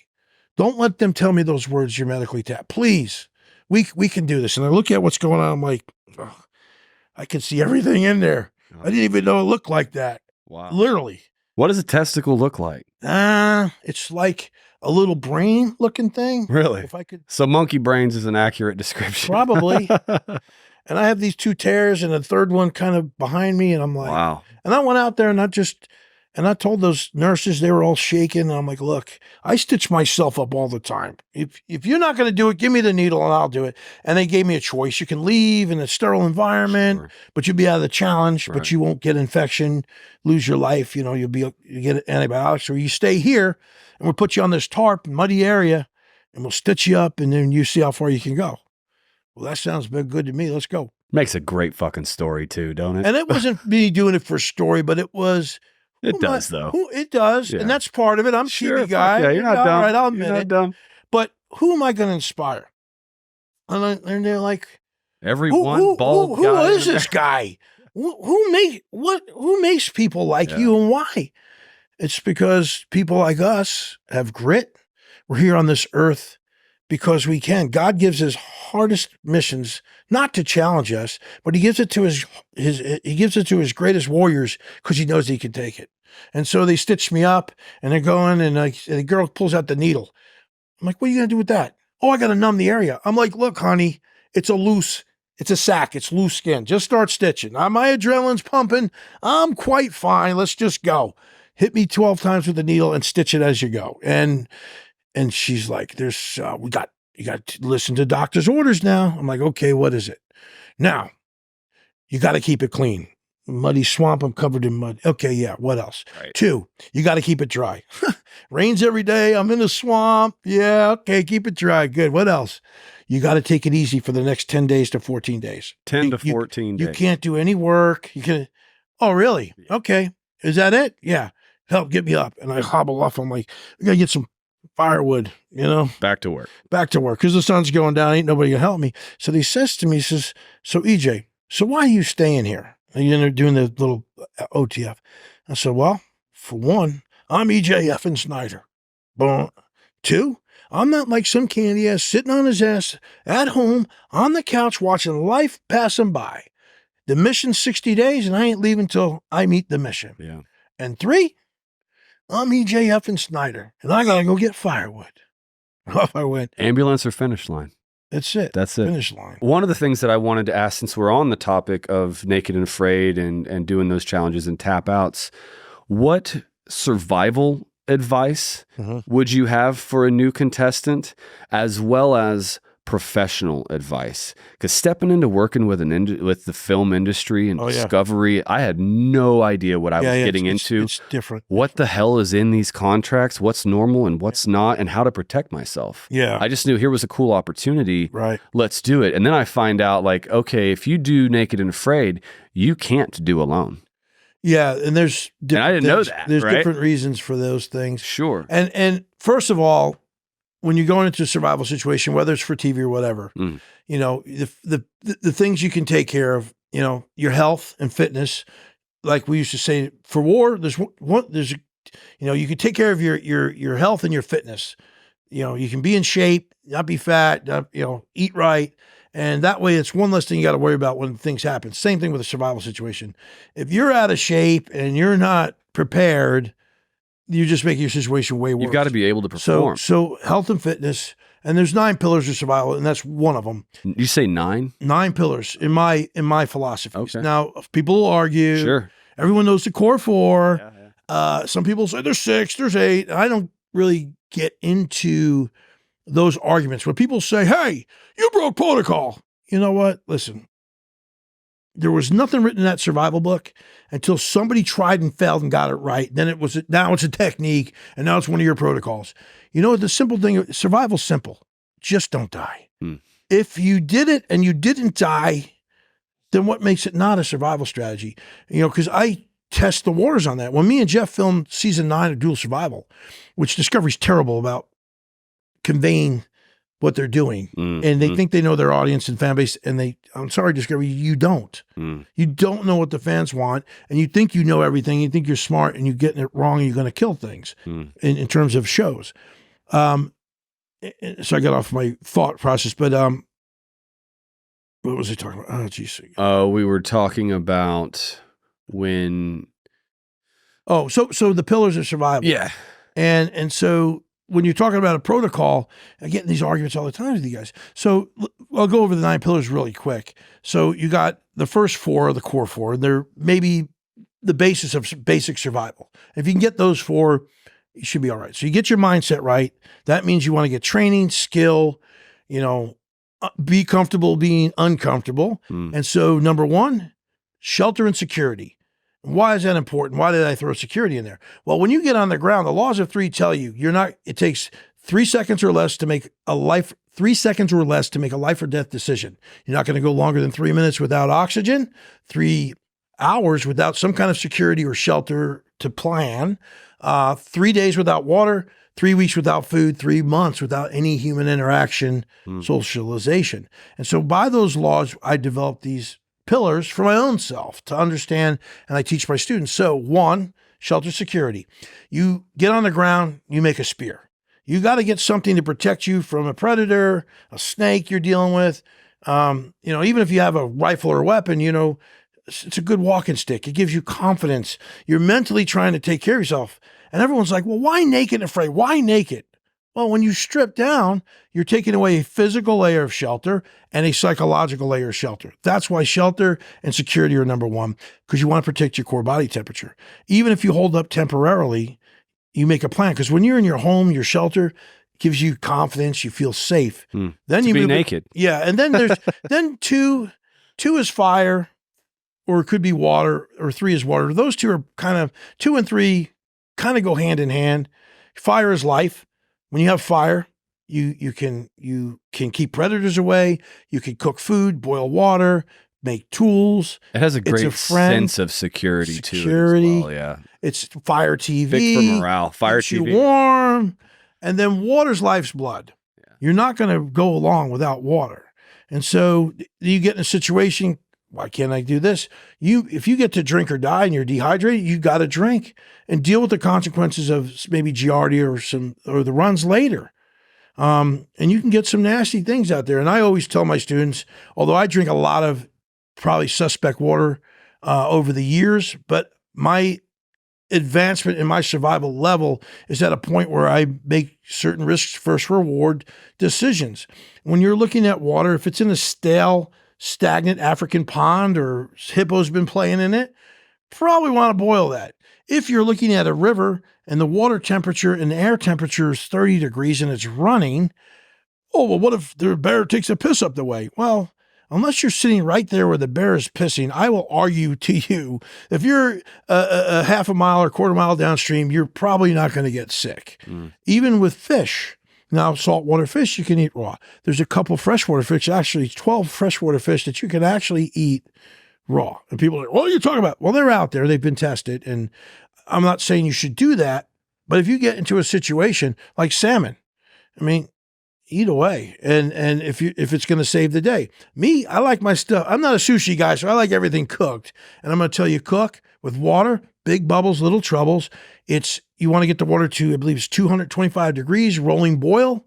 But at 165, if it's kind of simmering for 10 minutes, probably going to kill everything in there. So those are the core 4. And then it's food. Food is very important. Food is fuel. Food keeps you going. Now, of course, on Naked Afraid, everyone's like, oh, the big kills, and that guy, he didn't. And we could talk, that's another thing that irks my thing with the fans. They just don't. They look at it and you got to get the big kill. He can't hunt. And they don't understand. It's the little meals that get you to the next big meal that keeps you in the game. Big meals are great if you process the food right, if the conditions are right. Right. But it's those little meals. And I've been studying, one of my weaknesses is edible plants and mushrooms. And I've been so fascinated by mushrooms the last couple of years. I've actually taken a class on them, and I'm trying to get certified in 9 of the eastern states. I have to go in September to take this class and get certified. Wow. Because I see them everywhere. I'm just like a mushroom magnet. I'm like, these things are great. And so that ups my game. It keeps me in the game, and it's low impact. Going to get a big meal, you're going to expend a lot of energy, and you better get it. And you have to be able to preserve it as well. You can hunt something that's so big that you lose it. And I mean, you may, and there's one thing as an observer, if you can't eat it, maybe something else can. Don't fucking throw it away. Use it as bait. Turn a little meal into another meal. Another. So those are the 4. Screaming at the TV. Then you go into navigation, which is not just, I can see, I know north or whatever. It's also understanding your location awareness. It's knowing where you're at, where your resources are at, where's your food's at, so you don't get lost just even around your camp. It's also getting over obstacles, building a raft. How do I clear this cliff? The navigation is more than just knowing which way to go. That's important. And then you go into communication and signal and rescue, being able to talk to each other. How do you communicate? Radio systems, knowing how to be rescued. Where do you go to do that? What are the actions of that? So 5, 6, 7, medical, health and fitness. Those are all important. Staying out there, keeping your hygiene up, brushing your teeth, making sure you're feeling good. If you get hurt, how are you going to take care of that injury? Mechanical injury could be a death sentence. Always learn to operate. If you're a righty, operate with your left hand a little bit. Train with your left hand, your offhand, so that you get in that situation, you'll be able to not be dead in the water. Number 8 is all the other stuff. Self-sufficiency, living off grid, self-reliance is what we call it. So hunting, fishing, canning, all the other things you would do off grid, gardening, beekeeping, all those little things are under 8. 9, tribe, community, leadership, teamwork. And so you have to have a leader in a situation. You got to throw your proverbial resumes on the table. And who's the best leader for the situation? If a plane goes down, just because the pilot is responsible for the plane, if there's a 3 combat tour full bird infantry colonel on that plane, he's probably the one that probably should take charge. And so a good leader is out in this situation. I put my best hunters where they're supposed to go. I put my best fishermen where they're supposed to go. Hey, you're the best forager. Hey, you stick with me. We're going to build a raft. And did you see a lot of teamwork like that on your challenges? Were civilians able to form into that kind of a process? A lot of people need to be led, and they don't know, or a lot of people need to be led, and they don't know that they need to be led, and they don't want to be led because, you come in here with your militant dictator. I'm saying, no, I'm not trying to be a militant dictator to you, but somebody needs to tell you to get up off your ass and go do something because you're just sitting there and you're not pulling your weight. Making baskets is great. What do we got? 15 baskets? Do we need 15 freaking baskets? Are we going to make hats out of them? Because if that's it, then we're good. If they're super, the laying around for 21 days and pretending it's success strategy fucking blows my mind. Yeah. It's an opportunity, in my opinion, and you have 3 weeks to find out what you can do. Yeah. Don't just, everyone knows you can lay there and minimize your suffering. And if that's a win for you, maybe your level of achievement in life, maybe that is a win for you. Yeah. I don't know. But no fucking way I could go out for 3 weeks and I'm going to see if I can sit here. Yeah. I'm literally up with the sun, and I will be usually in the groups the last one to bed. Me too. And the reason is I want to experience every minute of it. I'll sleep when I'm dead. Yeah. I will stay up even at night just to commune with nature, pray under the moon. I love a campfire outside the shelter, and in the swamps, that was a luxury. So if I would say I'm going to have a holiday in 3 days, the moon will be full. I'm having a fire outside. I'm going to collect extra wood so I don't detriment myself inside staying warm. But I love sitting by a campfire under the moon outside the shelter. And I would literally, in the swamps, I made a prayer. I had this 300-year-old oak tree, and I made a path to it, and I fixed the path, and I landscaped it. And some people would say, well, you're wasting time. I'm saying, no, I'm doing mental fitness. I'm taking care of my brain for something important to me, and this is not useless waste of energy. And then I will go sit in my blind tonight, because I have one of 2 bows, and I'm going to do my part for the team. But this is important. And I had my little prayer area, and I had a log, and I cleared it out. And it was telling the universe and nature that this is important. I'm cleansing this area, and now I can accept whatever you're going to give me in prayer. And I would go over there and sit, and I'd start a little campfire, and people would be wondering where I was. And then I would come back into the thing, and I'm like, oh, I invited you guys. I have this little prayer area over there. Please use it. It's some alone time. Even if you don't pray, just go sit over there. Yeah. I got it fixed up nice. I've got these plants growing with this morning glory flowers growing. And what are some of your greatest memories from those challenges and those nights and those people? I love those people. And we were talking about leadership and that kind of thing. And so sitting around for me, just it's hard. Can't do it. And they looked at me. I was in that shelter, and they were like, EJ, how old are you? I'm 55. And of course, I'm sleeping on the ground in the mud. They all have their little beds that they had made off the ground, and I'm just in the mud in the fetal position, and I got the deer hide over me. And I'm at 55. Well, there ain't no way we're going to be out here in this cold swamp at 55. You're just a different breed. And I was like, yeah, well, I'm just an old soldier, and this is what we do. And we sleep in the mud and make sure you guys are taken care of, and you're my brothers, you're my sisters, and we're going to take care of each other. And this is just me. And I know I can suffer longer than everybody else in here. And they're not suffering in the fact that if we're passing the pot around with a certain amount of meat, and I see the young guys taking more than they should have, I never said nothing, but I knew my warriors needed it. And I was an old first sergeant, sergeant major, and a platoon sergeant. You eat last. And so I would just take a little bit, because mentally, you only had 12 days to go. I could never eat another bite new in 12 days. What are some things like that you've learned about yourself? I didn't feel really hungry for about the first 10, and that shocked me. I thought for sure like day 2 or 3, because at home with food nearby, like missing a meal, I'm like, God, I'm starving. Well, I always go in extra heavy as my philosophy for long-term strategy is you got to get by those first 10 to 14 days. And if you got enough fats on you, that's when because it takes you about a week to learn your hunting lanes, your fishing, and then you're okay, and then you've packed it on a little bit. But I'm an old bodybuilder, so I lose 2 pounds a day because my body thinks I'm eating super keto. Oh, it must be getting ready for a competition. And so I legitimately put on extra weight just to fend that off. And so, are there other little things like that you had picked up on or wasn't expecting to learn about yourself, or that your body could endure? Yeah, you're always learning out there about yourself. Things you're like, and physically I knew my body. I've been pretty in tune with my body most of my life. So I understood what would happen when muscle starts getting ate. And the chemicals it releases, and you start making really bad decisions. And burning muscles, when your body starts eating muscle, it hurts. Yeah, it sucks. And so those people out there, you develop some great friends, even if some of you don't really like out there. We talked about this earlier, going through something with other people. You'll always have somebody you can call up and say, hey, remember when we did this? And you can laugh about it, or you can cry about it because you all suffered together. Yeah.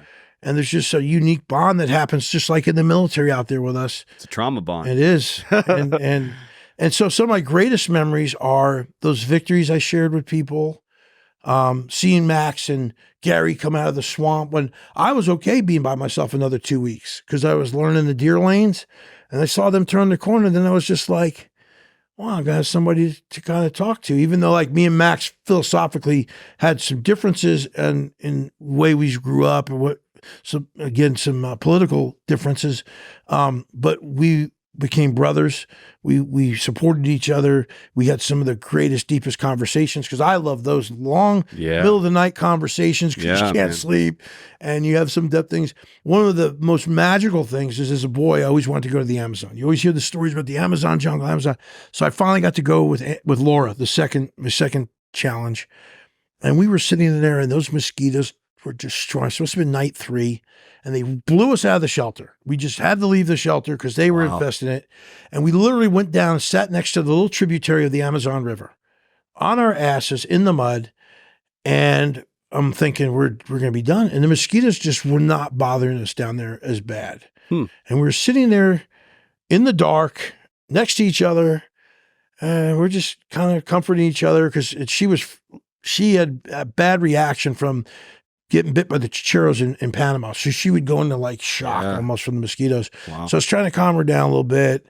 And all of a sudden, thousands of these fireflies show up out of nowhere, like little fairies in the jungle. And they were the most unique things because they had this big old marbly back light that was like a yellowish orange, like really bright.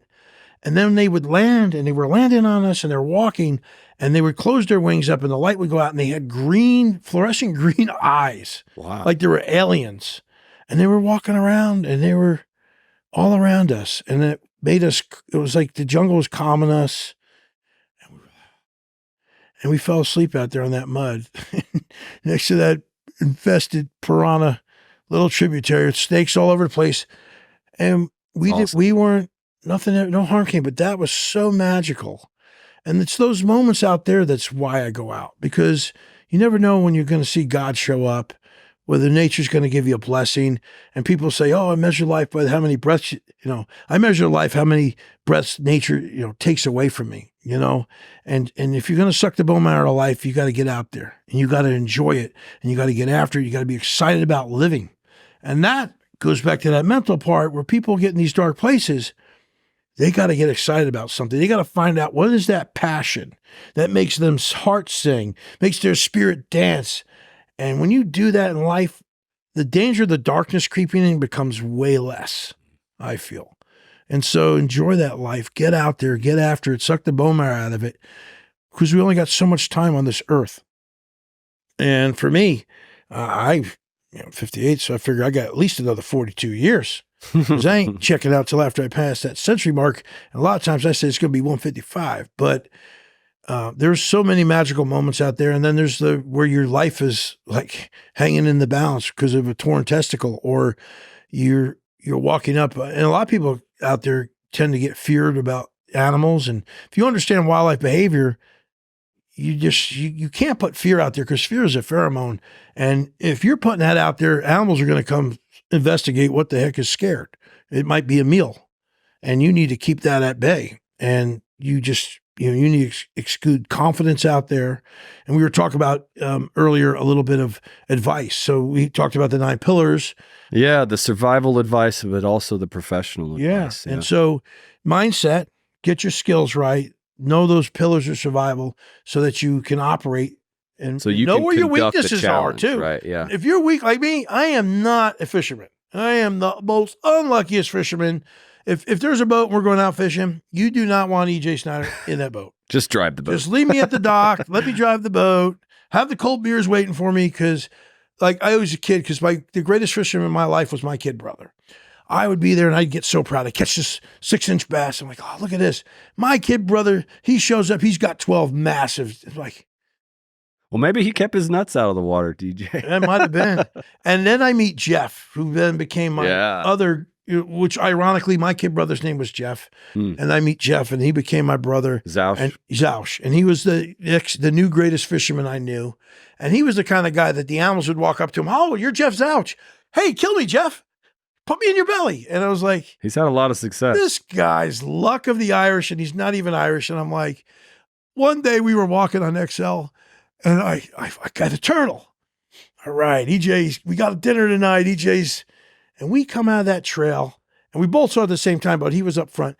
This massive 25-pound box turtle. And I looked up, and I'm like, really, God? I got jokes. And Jeff's got this big turtle. I'm like, oh, well. And then you got to humor yourself. Levity is really good in a survival situation. On the professional side, if you've never been around TV, I think for me that helped me deal with it was, one, I was trying to be a working actor. So I've been around a lot of auditions, a lot of cameras. I was comfortable in front of the camera because at SEER School, we got cameras on all the time, 24/7. Really? Recording everything because for safety reasons, so we can watch what maybe something happened. Laugh, but also learn if there was a mistake or something went down.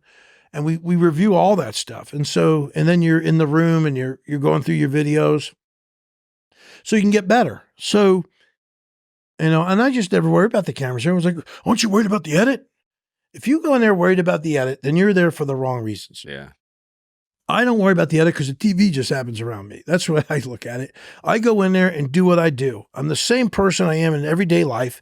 And when people meet me in person, like, you're the same way you are on TV. I'm like, that's the only way I know how to be.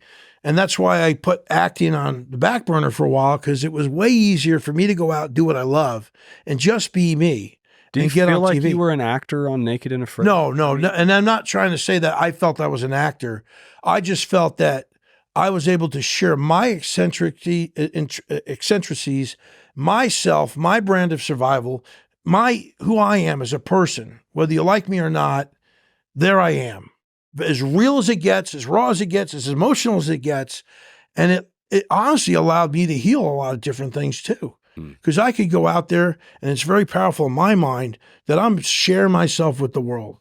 Sadly, that means like family and others have to share me too with the world, and that sometimes can suck. The trolling and stuff that comes on. What effect has this career entrepreneurial path had on your family? For me, it's just been, I'm very driven, and so that's all I think about most of the time. When I get something and I'm going to make it happen, I just get focused in on that. And being in the military and being deployed all the time, that eases things. And so it eases things? Well, in a way that if I go away on a Naked Afraid, I don't go away 3 weeks, 2 months, as opposed to going away for 15 months. Yeah, that's very, so that's, and so civilians don't have that. And it's hard for them because they don't go away for 2-3 weeks. They haven't had that experience. Yeah. And their family, I've seen other of our tribe have had a lot of problems with it. It's broken families up, and that's just sad. But you have to have that full support to chase your dreams, to do what you're doing, because for me, I do what I do because it's my calling. It's what I've been called to do. And the boat is leaving the dock, and either you get on the boat or you're going to be left at the dock, because my higher purpose is greater than me and greater than anybody around me. And I've realized that, and only within the last 3 or 4 years. Is that difficult for like your spouse or your children to accept? Or have they ever felt like you were being selfish in that? Like it was for you, not? I think people can view it that way. Others may view it that way. They may view it that way, but I don't quite frankly know. Okay. Because I'm going to go do this because I'm compelled to do it by spirit. And some people don't understand that. It's not for them to understand it. It's just for me to do, because I get back out there. How many lives am I saving? I will never know how many people's lives I've affected through the military, through being on TV and doing these adventures, YouTube, my social media, things I post or say, books I'm writing, or my life. Do you feel like you have a commitment to those people? I do, because it's shepherding. It's I don't know them, but something in me drives me to do what I do, and not that I'll ever meet them some. Yeah. I'm just supposed to do what I do, put myself out there, because it's been put on me by God that somebody needs this message. And it's, and not to get religious, but a lot of people are like, oh, well, why don't you go to church? I understand 4 walls are good for some people. I don't think Jesus. Did you say that you don't go to church? I don't go to church. I'm not saying there's anything wrong with church. Sure. I enjoy the spirit. I enjoy that communionship, but I have gotten to a place where I hear God's voice loudest in nature and quiet, because I'm a spirit reader. Here we go, spookiness again. And when I am in a city or someplace where there's a lot of spirits, a lot of souls running around, both with us and not with us, it's a lot of energy getting exasperated from me. And so when 2 or more are gathered in his name by the Bible, we're in church. And I find walls for me, restrictive. Outside, where nature's at, it's unrestricted because it's so open. We're feeling the air. You mentioned that you had studied a lot of religions, and I was curious what your conclusion was. But that most all religions, except for, let alone Satanism, all have a certain set of rules or guidelines or commandments that they live by. And many of them are pretty similar. Mm-hmm. And though some of their ways of worship or their practices, like the Jewish Hebrew, they have a certain way. Muslims have a certain way. And I'm not saying that there's anybody can take a religion and turn it into a very crazy wing of it. But even with Muslims, if you read the Quran, you see their commandments or their rules they live by. And there's some odd ones, but for the most part, it's like the golden rule. And there was one called Zoroastrianism, which is one of the oldest religions, and it was most likened to where Christianity kind of maybe birthed from. And they just had, the religion was very basic. It was 10 rules. That was it. 10 rules and live your life. And they didn't have all these stories or anything else with it because I guess they were a very ancient society. But they had 10 rules, and they were much like the 10 Commandments, and that was it. And so where Satanism does all the opposite, tells you to do all the wrong things. They have rules that just tells you to do the wrong ones. The opposite of whatever Christianity is. Yeah. And maybe there's a few others out there. I did study, I had a very big curiosity because I was part Native American. I wanted to say, well, what if I'm a Christian and I believe this way and the Indians believe this way, what makes them wrong? And when you go study most Native American religions, they are very similar in a worshiping way, although for a Native person, maybe seeing an angel is too much, but they get an animal spirit to tell them something. And that's how they understand. They get talked to through the Great Spirit or the Creator or Mother Earth. And a lot of Native tribes, the sun god, this god, that god. It's all universal. It's all one. We don't know for real. I mean, we don't know for sure. I like to think that there's one over Creator overseeing all this. But then there's like some of my friends, we get these deep discussions like, what if we're just experiments for some aliens and we're in an aquarium and they just mess with us and they give us religion to keep us under control and they do all these other things. And it's like, oh, you had to go there? Hey, who's smoking the weird stuff? It's like, so I try to be openly curious about all things. And then I'm the guy, like, I'll never say there's no Bigfoot. I won't know for sure. I don't want to say no because what if there is? But I don't want to say there isn't because, or I don't want to say there isn't because there is one, or yeah, I think there is and not, maybe there isn't. It's just, I'm always going to stay curious and believe until I'm shown a reason not to believe. Agnostic. Yeah. And certain things, I was curious, what did psychedelics fall into more of a religious experience or a spiritual experience for you? And there, in terms of a religious experience, more or less. I mean, and was that part of a healing journey or religious journey? What were initially curiosity, okay. I think, because you hear about peyote and is that what you tried? No, I have not had that pleasure. Which I would like to experience that because that's very Native. It's very, you have to specifically be accepting. Yeah, it's very accepting. I mean, you're going to have to get accepted to be a part of that. You're just not going to bring an outsider in. Hawaiians are the same way. You're going to be part of the Hana. You got to be respected. You got to earn your right to be there. What did you try and what was that like? I have done, a little bit of mushrooms at a time, out by myself, just enough, just start with little bits because I don't know what's going to happen. Some edibles with THC just to calm my body and spirit because I have an amount of energy that most people even younger than me can't have, and they can't keep up with it. I don't know where it comes from. That's why your thyroid's quitting. And probably it's breaking. Burned out. You keep going, you crazy old guy. But I wish I could bottle it up. We'd all be millionaires. But so, nothing heavy, nothing crazy, just enough to get me to a point where maybe I could relax my body so much and get into a deep meditative state that maybe I'll get a message. And I have a vision quest, a vision. And part of that's just, every day I pray, I walk on the grass, ground myself. I sit still for 10 minutes, quiet, and just listen and attune, just quiet, just be still and quiet for 10 minutes and watch.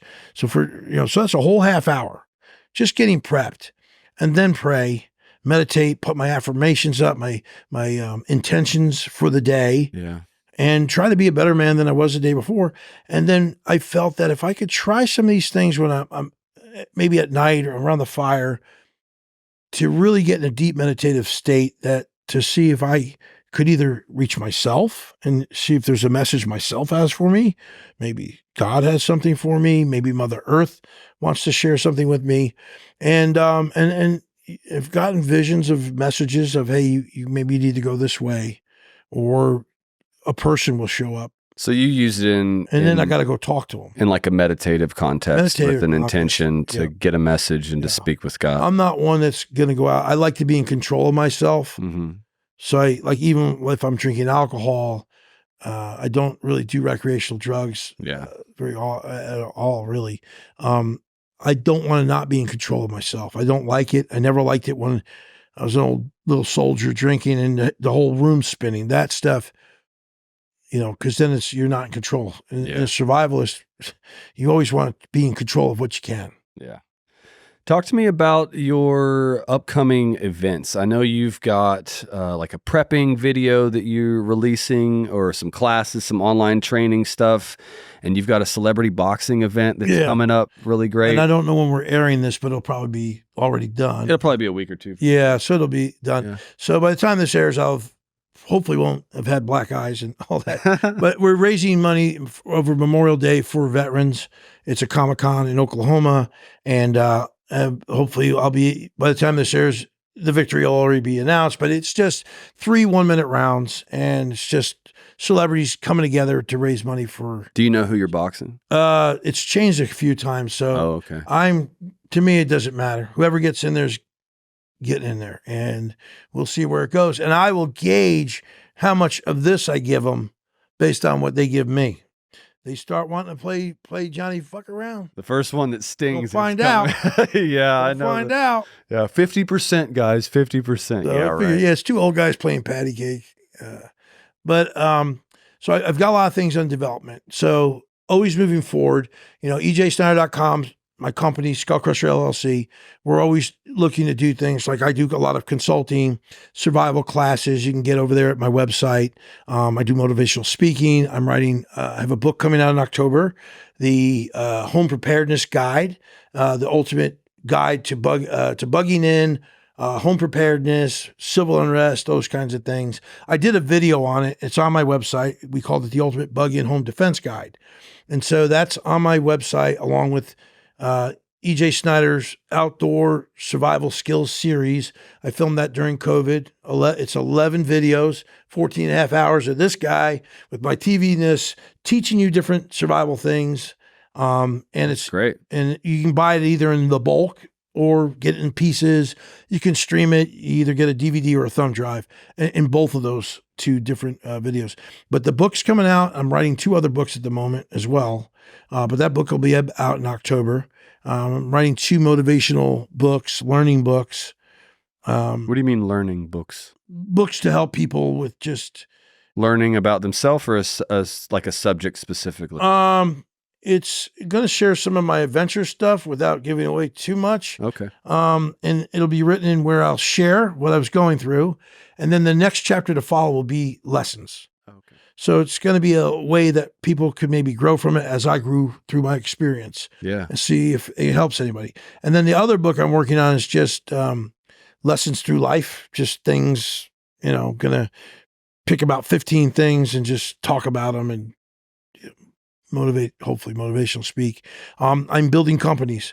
Freedom Pickles, we're in the movement phase. We're looking for our final funding and investors or investor partners to come in.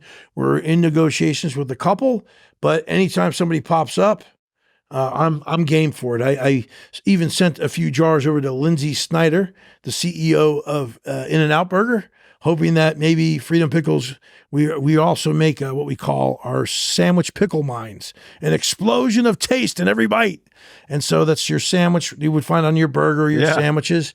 And so I'm hoping that they'll like the flavor, because what happened was an Air Force buddy of mine, I was doing filming. We were doing an independent film together, and we became really good friends. And he's an old Air Force guy, and he's from New York. I'm from Jersey. So deli pickles, we talk about them all the time. Oh yeah, I had this pickle, I had that pickle. It's like, oh yeah. Well, my grandmother's pickles were the best ever, and I've never been able to find a pickle even close to it. I'm like, you're just full of it. It's just your grandma's pickle. Well, he said, I'll show you. So one day he actually made them and he sent me them. And I tasted them and I was like, oh my God, dude, this is amazing. He's like, yeah, you think we could make them, and maybe, what do you think? We'll create some pickles and we'll go to farmers markets and Trump rallies and gun shows. I'm like, dude, you just want a job. Nah, we're going to do this. We're going to do this big. We're going to go after Mount Olive and everybody. Yes, that's right. I just said it. We're going to take on the entire pickle universe with this pickle. Because one, we have the greatest tasting pickle in the planet, dill pickle.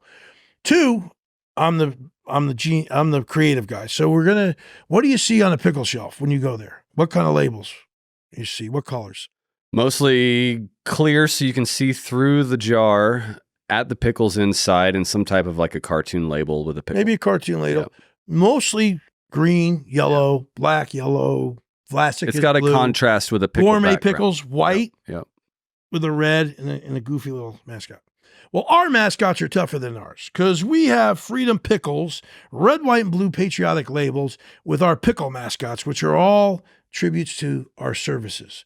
The Army. Our lead mascot is Sergeant Pickle Crusher, a World War II paratrooper, hot cigar chomping, pickle gun coming in with his Patriot, what are we calling them? I think we're calling them Patriot dills, like missiles. Nice. Dill missiles is what we're calling them.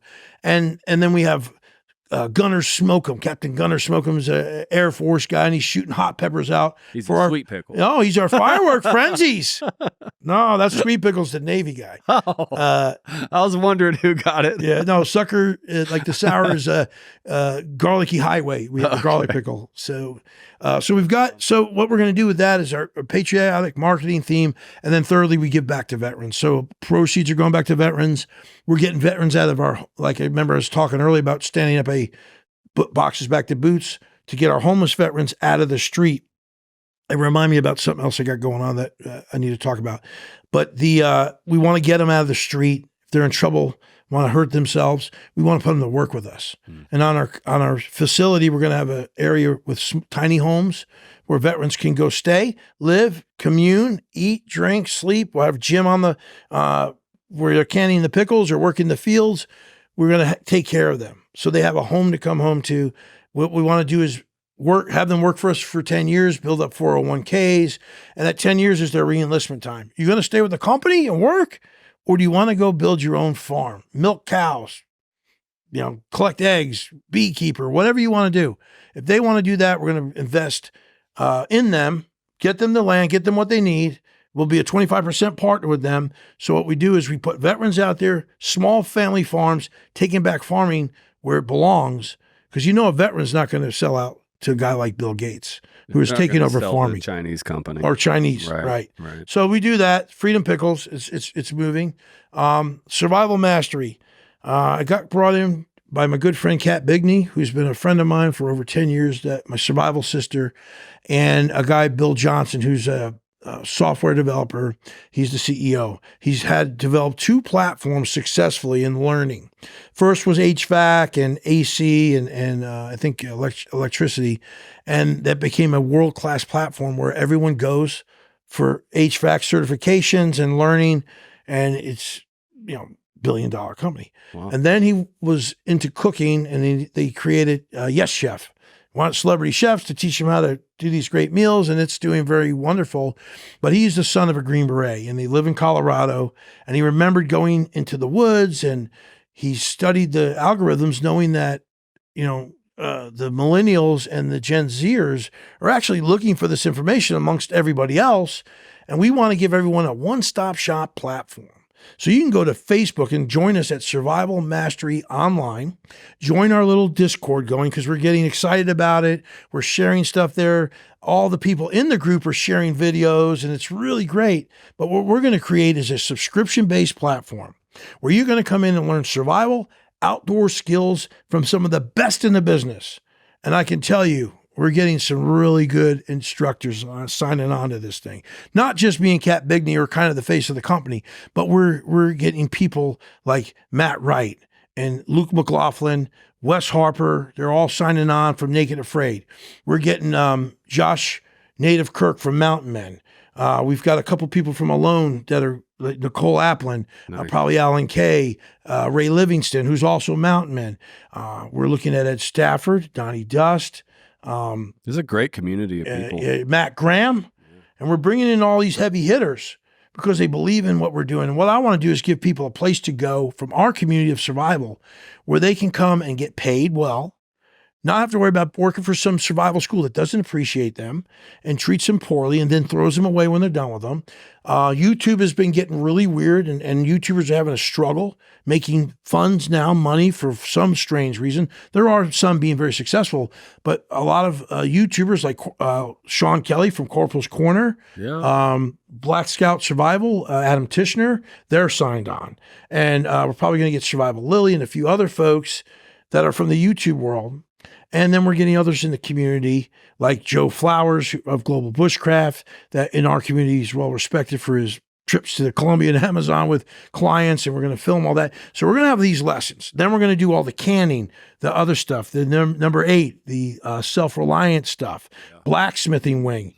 So when you see Forge on Fire, we're going to have a bunch of those guys too. And y'all are going to put all this into video format? It's all going to be in video format on platform. That's first. Yeah. Then we're going to have entertainment wing, where we're going to be doing stuff like programs for lack of like dual survival. Yeah. Competitions like Forged in Fire. Is this open for people to like come and attend or come and compete? Subscribe and be part of our platform. So there'll be a subscriber. Yeah. We're having a sale right now. So if you get over there now, you get an annual subscription for $135, which comes out to about $15 a month or something. Yeah. And it's only for our pre-launch. We're launching in October. We're going to have live events in all 4 corners of the United States once a quarter, and in England. Because we got 3 guys over in the UK. Nice. Stephen Kelly, Will Lord, and Ed Stafford. So we're going global. We're going to have some Canadians come on. We're going to do some stuff probably in Canada. I'm building a kingdom of all like-minded thinkers, friends of mine that I've seen get screwed over in the industry. And I may be declaring war on the industry, not officially yet, but I'm putting the networks on notice, the streaming services and all the online services and the schools that, hey, people want survival and they need to be able to afford it. They don't need to go pay $3,000 to learn. And yes, being in front of an instructor and having a coach there is important, but not everybody can afford it, not in this economy right now. So we want to give people an alternative. We're going to have kids programming. Me and my dog, Rocco, EJ and Rocco, the adventure dog. We're going to have EJ and Rocco's outdoor adventures. Going to be formed in AI. He's going to talk kind of like Scooby-Doo. Oh, Rocco, what'd you say that for? I know the kids need to know about getting outside. We're going to get to that. And so we're going to have even the kids brought in because that's where we need to get this going. Yeah. And so we're going to have gear review section. So I got my friends that are the best YouTube gear reviewers. We're going to bring them in. And so this learning platform is going to be more than just survival. It's going to be a gamut of things. We're going to have a store. We're going to have meet the masters and talk. We'll have Q&A sessions weekly where our subscribers can come in and just sit in on the session. When they come to our live events, they get a discount, but it's going to be open to the public too. And so this thing's snowballing. And this is already online, or this is something you're working on? The platform's all ready to go. Okay. You could sign up for a subscription, but you can't get in there to see anything yet. Oh, okay. Eventually, we're going to leave a little teaser window open. Sure. But right now, you can also go on Facebook and join our little tribe that's growing. And you can learn about survival, share with like-minded people. People are putting videos up there to learn from. I'm posting videos. Our talent's going to start posting videos so everybody can learn. And it's a like-minded of community where our tribe and our motto is, don't be scared, be prepared. And so that's what Survival Mastery is about. And it's about surviving tough days in life. And to do that, we're even going to have mindset, talking. We're going to have some deep thought things going on. So it's not just survival. It's a lot more than that. And I'm pretty excited about it. I haven't been excited about being a owner in something, because I just sold one company, my shares in a company. I was in Sabo Outdoors, which is a great company. Yeah. A bunch of Rangers got together. I'm in a mentor Ranger program with a bunch of other Sergeant Major Rangers and other senior leaders. And we get Rangers that are coming out and they say, hey, we got so-and-so. Can anybody help him? He wants to do this. And we just grab a project. And I always wanted to be involved with an app. And this kid, Justin Neal, he just got out of the Rangers. He got medically retired. And he was like, I like to hunt, EJ, but I can't find nowhere to go. It's just hard to find land. So I've got this app I'm doing in all 50 states in Canada, and we're going to connect hosts with hunters, and same thing with fishermen and guiding. A dating app for hunting. Or or you could call it the Airbnb of the hunting world. And it's Sabo Outdoors. You can download it. If you're a host or you want to hunt doves in Missouri, go get on that app and figure it out. So I sold my shares over to those guys to let another guy come in, because I did as much as I could with that company over the 2 years.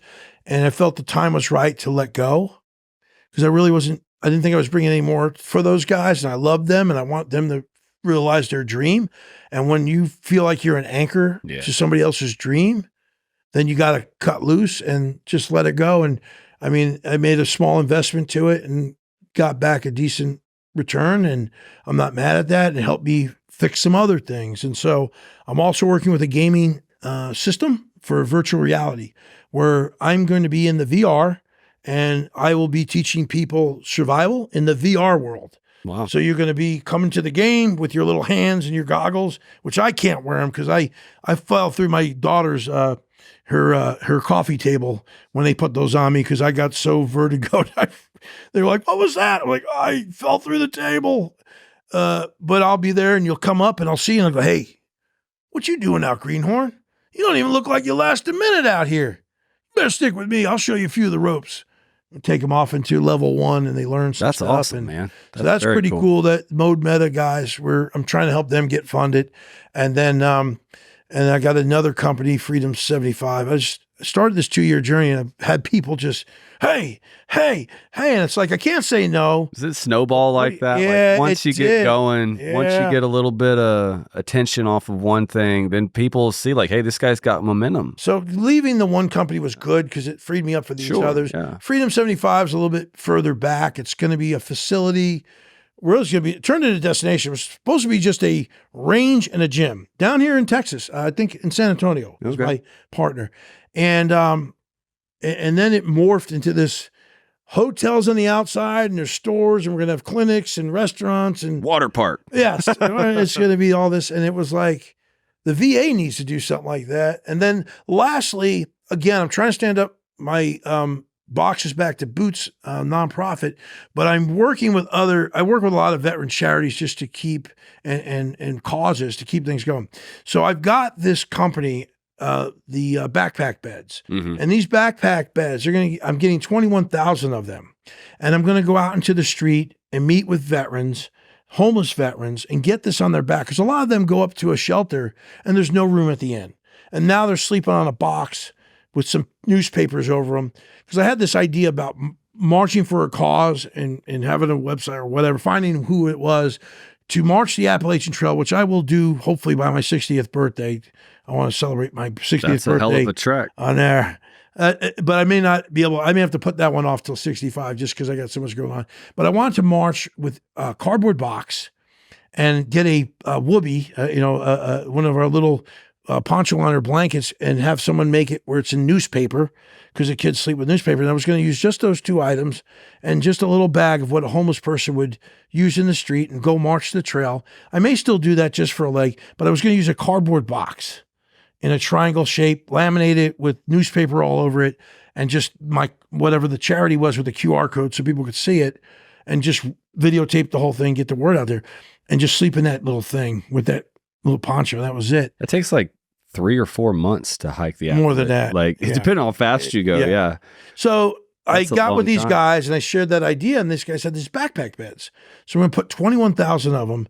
My initial plan, and it's not been baked yet, I'm going to do that next month, is to go to 11 cities starting on November 1st all the way till Veterans Day on November 11th, and go put 21,000 of these beds on the backs of veterans, get contact with them and get their information, and we'll return again.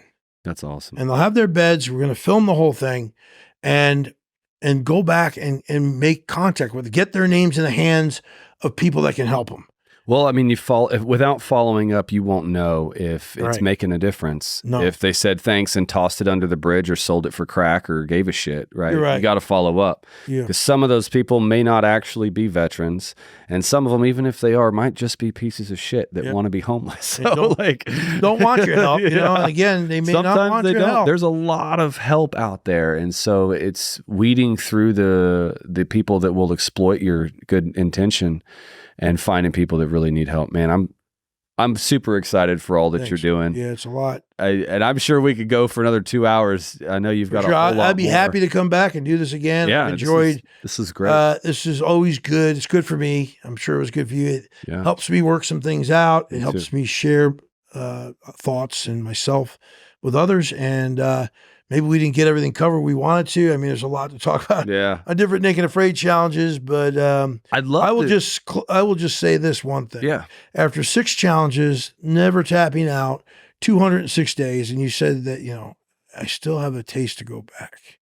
And even though they said, hey, you retired, they've asked me back five times since. Wow. And for various reasons, either production moved me out of a slot, put somebody else in it, flat out canceled me and Kelly going on a 10th anniversary one last July. Oh, wow. After we had our shots and ready to go. Oh, man. It happens. You know, they think they know better, and there were some things that's out of our control. All I can do is say there's a reason it happened. Yeah. Maybe we didn't go, so we didn't get ate up by hippopotamus or whatever. Yeah, you never know. And then both LOSs, I was supposed to be on LOS 1, and my daughter was getting married, and they kept moving the end date further into the fall. And I was like, hey, I can't go. They're like, why? Well, my daughter's getting married. I might survive a lot of things. I won't survive that if I'm not there. And they're like, well, you didn't think you were going to win, did you? I'm like, you think I'm going out there to lose and play tiddlywinks? I says, no, I would be out there 45 days. I might not win, but I'll be there 45 days. Do you think they had picked who was supposed to win? No, I don't think that. I think the way it played out, where again, critical mistakes. We had for LOS 1, for instance, they had to get to get able to compete for the grand prize. They had to get past what? Fire. And they had several days to make primitive fire. And what was the number one mistake that the 3 that didn't get fire didn't do compared to the 2 that did? I don't know, honestly. The 2 that did made fire out in the open and knew the conditions of what was happening, or at least they tried and errored, because they had a wind coming in. It was a little moist in the air, even though it was Africa, but they got in the sun and worked it. Yeah. The other ones went for comfort and stayed in the shade. Shade's going to bring that down. It's primitive fire. It needs friction. It needs heat. I learned that in Bulgaria. I only had 2-hour block every day if I had a bow drill, and it had to be in the meadow, 90 degrees between 1 and 3. Wow. And so you got to understand the conditions. And then for LOS 2, my mother developed cancer, and I was like 2 days out from going. I was like, look, my mother had just had her breast removed, and she was, going through some stuff, and I'm the only living sibling. My brother passed a long time ago, and it was my stepdad, and I wanted to be here in case something, heaven forbid, went the other way. I would have never forgave myself. Oh, yeah. And it was the right call that I pulled out of that one, because she went back in the hospital like 3 more times for minor things, but were still scary. There was too many unknowns. And so sometimes— But you would like to do an LOS? I would, because it's on the board. I'd love to do a Castaways, because that's my strength. Me too, Working, man. That sounds trash, so fun. Yeah. I'd love to do that with you. I'd love you to be there. Like we need to get you back out there for sure, because they're they're missing out on a very good talent in terms of your character and your survival skill set from what we've seen out there, and then going through it by yourself. You deserve to go through with somebody and not be cheated of that experience. And I go, well, you're just selfish, EJ. You're going to take up a 7th one and all that. I say, no, they retired me. I didn't say I retired. I just was going through hypothyroidism and didn't realize what was going on with me out there. And just because I threw that knife in the river, that doesn't mean I retired. I just threw the knife in the river because it felt like the right thing to do, and never go back to that hellhole of the Amazon after 64 days combined. And it's like, please let me retire on my terms. And so there's some things brewing. It makes for good publicity. There's some smoke in the air, and I keep saying hashtag one more battle for me. How many retirement tours did George Strait have? Yeah. Nine. Like Tom Brady came out of retirement, and You're good, all man. the great ones do, right? You're good. You're good. So I've really enjoyed this. I hope everybody out there got something out of this. And remember, when days get dark and tough, talk to somebody. Reach out to somebody. Don't be there by yourself in that dark spot.